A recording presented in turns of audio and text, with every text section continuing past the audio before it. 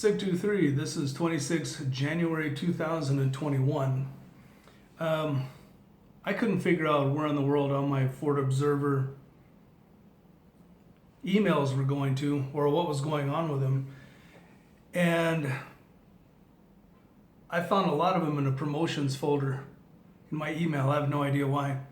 Because I got used to checking spam. I got used to checking my inbox and the spam, and then just clearing out a promotions folder, like whatever that is. I found several of these Ford Observer emails, so I'm gonna put them all out. Now, the earliest one goes back to 9 December 2020, and I'm just going to keep putting them out until I'm done with them all, because the important thing about this is that it shows a progression of things. This, along with the other videos that I've done, it shows a progression of things. It shows possible TTPs, and it shows, well, it gives indicators as to what may be coming in the future based on what's going on in the past and present. So with that, and I leave it up to you to use your own heads. I mean, that's as much as I can do. I can only put this out. You have to be the ones to take this information and digest it. And once again, since it's all coming from Ford Observer, to get this on your own, so you can keep these emails, so that you can, have them, printed out, saved as a document, so that you can go back later and see, well, and just keep this information as a store.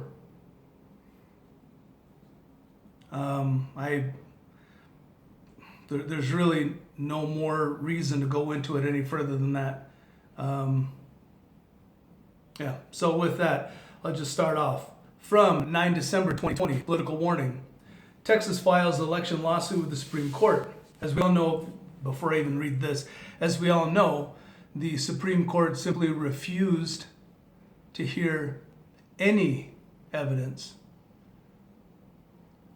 about this election and the usurpation of the seat, because that's what it was. So, the state of Texas has filed a lawsuit with the Supreme Court challenging the election procedures in Michigan, Pennsylvania, Wisconsin, and Georgia. Texas Attorney General Ken Paxton's argument is that these states violated the Electors Clause of the Constitution, altering voting procedures through courts and executive action instead of through legislation.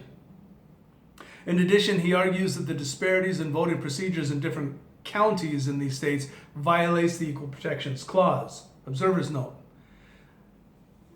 This case could have a significant impact on the disputed election. As we all know, it had no impact because we have a non-existent, lame duck, useless, tits on a board United States Supreme Court. At least when it comes to something like an actual judiciary, an actual organization that hears evidence in something as significant as the election of the highest seat in the land, which has international, not just national, but international ramifications. We have no Supreme Court. We have a wing, yet another wing of the Democrat Socialists. So, continuing. There are several aspects of this case that make it unique relative to other lawsuits filed thus far. First, this is a dispute between the states, not an individual or election campaign. One of the primary functions of the Supreme Court of the United States, or now simply I'll have to come up with a name for them, because they are simply just the legislative arm, not even the legislative. No, they wouldn't be the legislative arm. They would be the judicial arm of the Democratic Socialists, because they no longer serve the people of the United States. One of the primary functions of the SCOTUS is to resolve interstate disputes, so there was little chance of them avoiding hearing the case. Second, it is an allegation of constitutional rights violations and not of fraud. The threshold of evidence to prove widespread significant voter fraud is quite high and would have to be proven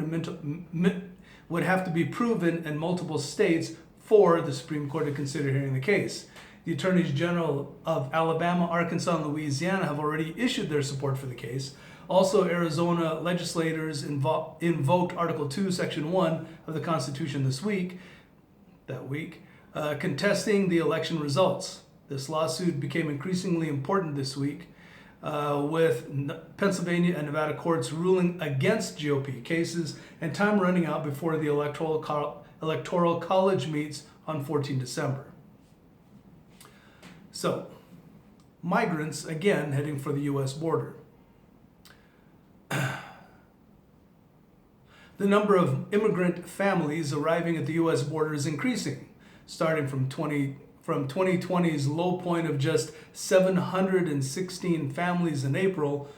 Over 4,500 or 4,500 families arrived at the U.S. border in the month of October, a 528% increase in just 5 months.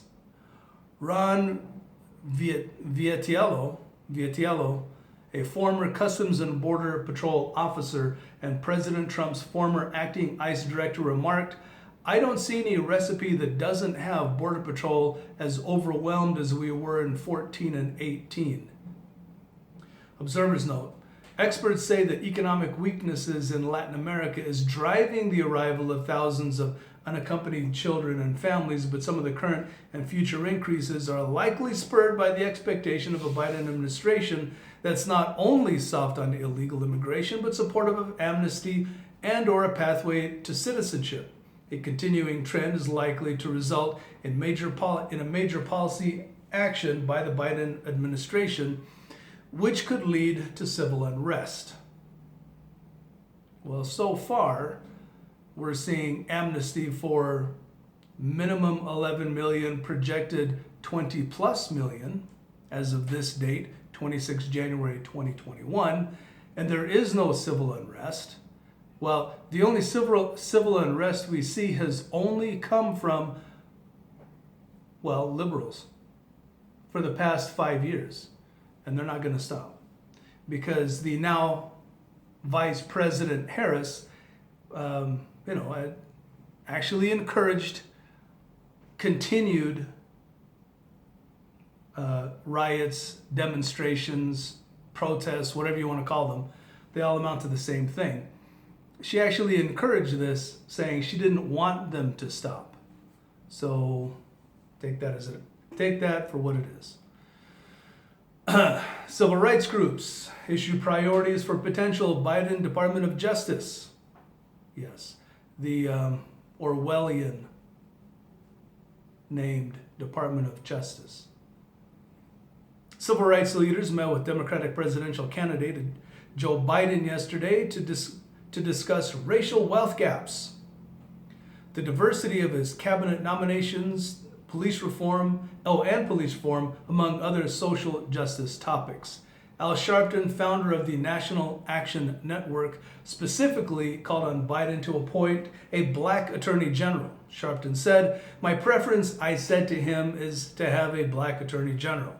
The least we could have is someone that has a proven civil rights background, not someone that's going to handle the heightened, racist, bigoted atmosphere with on-the-job training."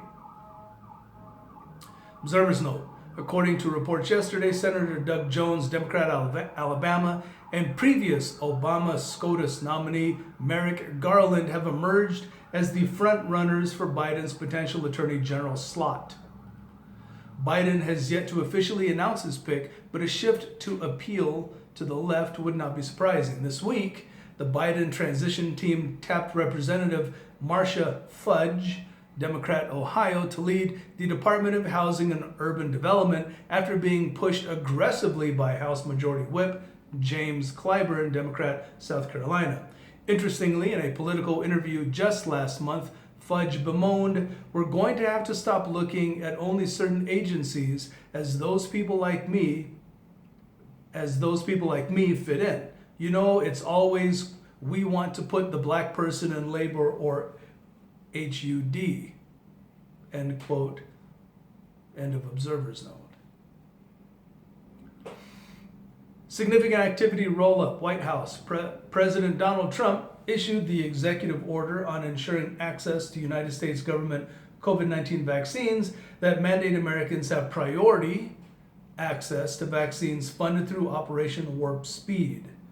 The order stipulates that vaccines can be allocated for international distribution after determining there exists a sufficient supply of COVID-19 vaccine doses for all Americans who choose to be vaccinated. Remember, this is all December 9 still. Senate. Finance Subcommittee on Social Security, Pensions, and Family Police. Interesting.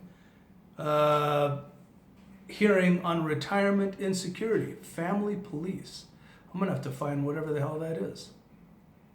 Social Security, pensions, and family police. Observer's note.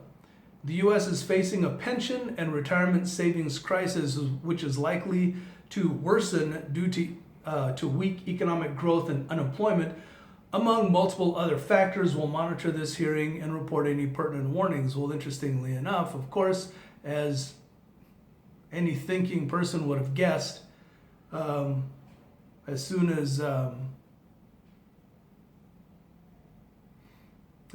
the usurper in chief was sworn in, suddenly Democrat strongholds are suggesting maybe we should open the economy back up. It's crazy the way that happens right after something like an inauguration. It's just crazy. I don't know. It's just crazy. I mean, I can't imagine why an inauguration would have anything to do with, the mounting death toll from COVID.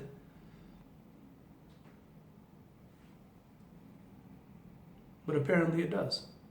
From the House, Committee on Agriculture, Biotechnology, Horticulture, and Research, hearing on the 1890 land grant institutions, 130 years of building equity in America.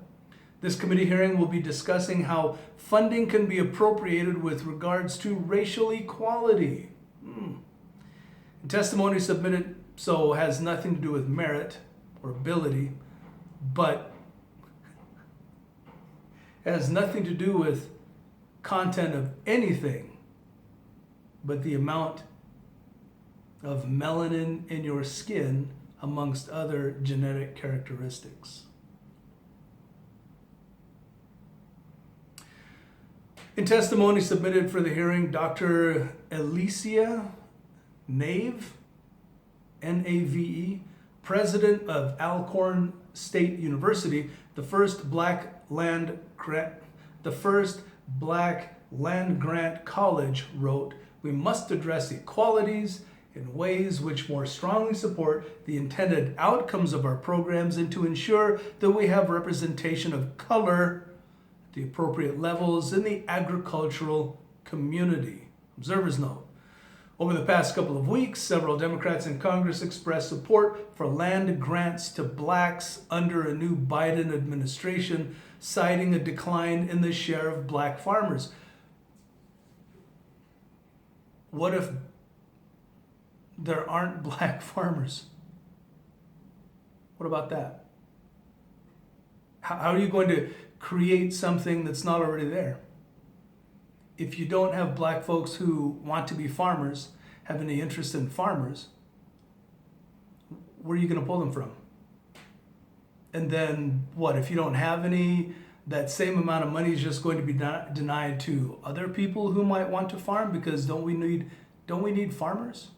Does it matter the melanin content in a person's skin if we need farms? From the Department of Homeland Security, the Cybersecurity and Infrastructure Security Agency, or CISA, CISA, issued an alert that state-sponsored hackers have stolen FireEye's Red Team assessment tool. Okay, that doesn't seem positive. FireEye, F-I-R-E-E-Y-E. These tools range from simple scripts for automating reconnaissance to expansive frameworks. Observers note, there is concern that alleged Russian hackers, always the Russian hackers, not our best friends in the whole wide world right now, the Chinese, could use these stolen tools to attack other companies that have contracts with the government or release them to criminal hacker enterprises. Cybersecurity remains a critical area with regards to U.S. security. Defense. Chairman of the Joint Chiefs of Staff, General Mark Milley, warned that China is attempting to match U.S. military capabilities by 2035, enabling them to defeat the U.S. in armed conflict by the middle of the century. Why? Why? They're working with their people right now within our own government. Do you really need to defeat the U.S. militarily when you have people within our own system who would gladly erode and rot our capabilities from the inside? The U.S. Coast Guard is looking at leasing ice-breaking ships from Finland due to a shortage of their own. Why do we have a shortage? Don't we have shipyards? Don't we have places that can build our own ships? A heavy icebreaker currently under construction is due to join the fleet in 2024. Why haven't we had these all along? We know there's ice.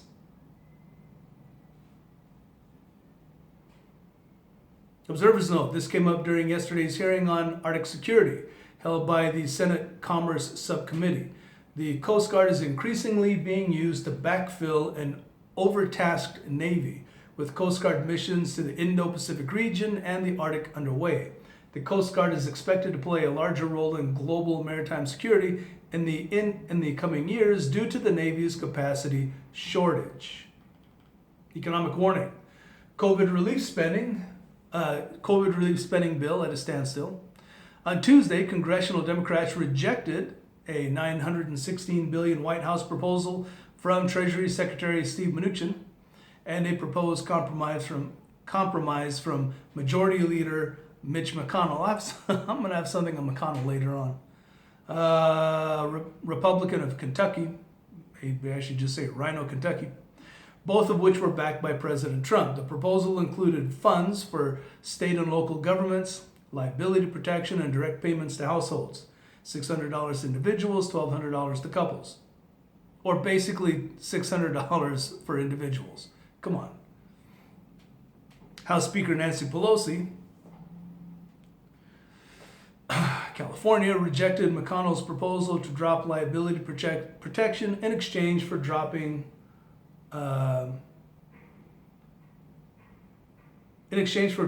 federal aid to state and local governments and called it appalling. Observers note, previous bipartisan momentum on another round of stimulus spending has apparently stalled for now. Time to pass a bill, however, is slipping away with government funding running out on Friday. Of course, everybody knows they passed something. Multiple economists have called for further relief spending to boost consumer spending heading into the Christmas season. And the Observer would note that would just add that investors and economists are going to be looking closely at the holiday shopping season. Last year, American consumers, that would be 2019, on average spent $928 on Christmas gifts. According to a poll from October, consumers reportedly plan to spend 30% less on buying this year, gift buying this year, 2020. That kind of drop in spending could further sour expectations of economic growth once 2020's numbers are published this year, 2021. Divergence of consumer confidence and S&P 500. Consumer confidence has diverged from S&P 500 valuations, which may indicate that U.S. markets are overbought. Observers note, if consumer confidence doesn't recover, the Christmas spending bill will be a good metric. Then we could be looking at a sizable market sell-off. Goldman Sachs' David Kostin sees a 16% gain in the S&P 500 this year, 2021, while Bank of America sees only about a 3% gain through all of next year, using yesterday's, or December 8th's, closing as a starting point. So, the low-intensity conflict in sum. Portland anti-fascists establish autonomous zone. Oh, yes. Yeah, I read more. I read about this. I didn't even, yeah. All right, so I'm going to read it anyway. Anarchists in Portland established the Red House Autonomous Zone, or RAZ, on December 8 after forcibly pushing out police officers evicting squatters from a property known as the Red House. Anarchists on scene skirmished with the Portland Police Bureau and Multnomah County Sheriff's deputies, assaulting them with projectiles, fire extinguishers, and paint bombs. Officers arrested one anarchist with a handgun and seized multiple firearms stashed around the property. After pushing officers out of the area, anarchists then erected barricades and declared the area an autonomous zone. I wonder, I'm gonna have to go back to see if they were just immediately released. Yeah.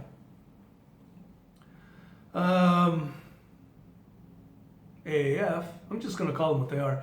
AAF, ability to coordinate and challenge government authority has developed significantly in 2020, largely due to sustained efforts challenging government legitimacy. While activists made attempts to establish so-called autonomous zones in several cities following Seattle's Chaz, chat room participants have reported difficulty organizing enough manpower and resources quickly enough to resist law enforcement dispersals. At the RAZ, Portland anarchists responded swiftly and aggressively on the ground. These area AAF rallied manpower and resources to reinforce the area. AAF intelligence support groups are calling for those on the ground to track officer shift changes, report on police movements, and identify law enforcement logistics and supply lines. AAF discuss best ways for investment. AAF, that's anti-American forces, and I'm just going to refer to them as such because that's what they are. AAF chat room participants recently discussed how money can best be spent to advance their cause and support armed groups. Some participants suggested that wealthy supporters could purchase firearms, ammunition, soft gear, and body armor for leftist groups. It's happening. It's been happening as of the 26th, today, 26th January 2021. They're purchasing their own. They're making their own. AAF is doing this. Americans should be doing this too. You should be taking all of these and forming your own groups. Follow their pattern because they're establishing something fairly effective. You don't have to like it, but it's just the way it is. Other contributors pushed funding for training, licensing, and paid instruction. Finally, others suggested financing transportation to remote ranges, legal efforts to expunge criminal records that prevent firearms purchases, and establishing AAF gun shops. Observers note, we've not seen evidence of significant funding from wealthy domestic sympathizers or foreign entities, but that level of support would indicate a significant development towards building a revolutionary environment. Self-funding and smaller crowdsourced or grassroots donations have largely funded the growth of the armed left so far. I'm going to have to come up with something other than AAF. Yeah, I'll come up with something. Yeah.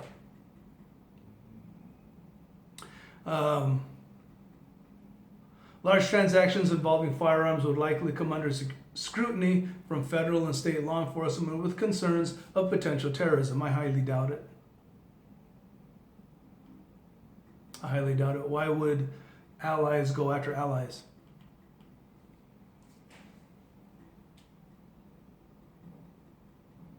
Anti-American forces and militias to rally in Atlanta. Chris Hill of the 3% Security Force and Eric Braden of the Southern Patriot Council announced that their groups will be attending the upcoming Stop the Steal rally in Atlanta, Georgia on December 12th. Anti-American forces are organizing efforts to confront them at the Georgia State Capitol. Observers note, Hill and Braden announced plans for militia rallies a few times this year, but those calls lack substantial participation. The contested status of the election, however, may be the right motivation for these groups to show up in numbers. The most recent Stop the Steal rally in Atlanta, armed anti-American forces were present and allegedly confronted Trump supporters, or Americans, at roadblocks that they had set up. The potential for political violence remains high, with so many armed groups descending on the area. Yeah, I'm gonna have to come up with something other than just AAF. I mean, it was expedient, but I gotta come up with something, because just saying AAF, I don't know. I'm gonna come up with something and then I'll put it out. Anyway, that was from December 9. This is a long ass video, and I'm going to stop this and then do another one. All right, so 623 out.